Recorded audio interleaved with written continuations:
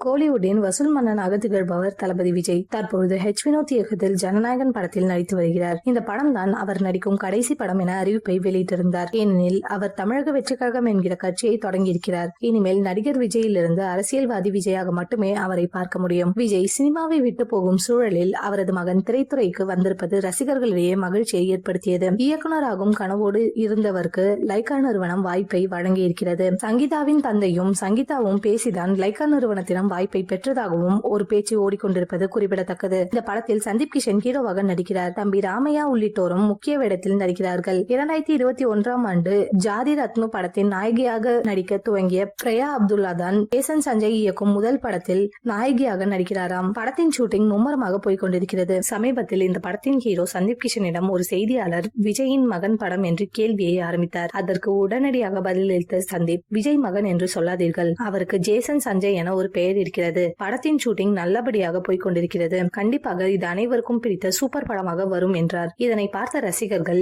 ஏன் விஜய் மகன் என்று சொன்னால் என்ன தவறு இருக்கிறது என்ற கேள்வியை எழுப்ப, மறுதரப்பு ரசிகர்களோ, அப்படி ஏன் ஜேசனை ஒரு வட்டத்துக்குள் சுருக்க வேண்டும், தந்தை துணை இல்லாமல் வென்றால்தான் அவருக்கு மதிப்பு என்று பதிலளித்து வருகிறார்கள். ஜேசன் சஞ்சயும் முதல் படத்தை சிறப்பாக கொடுக்க கடுமையாக உழைத்து வருகிறாராம்.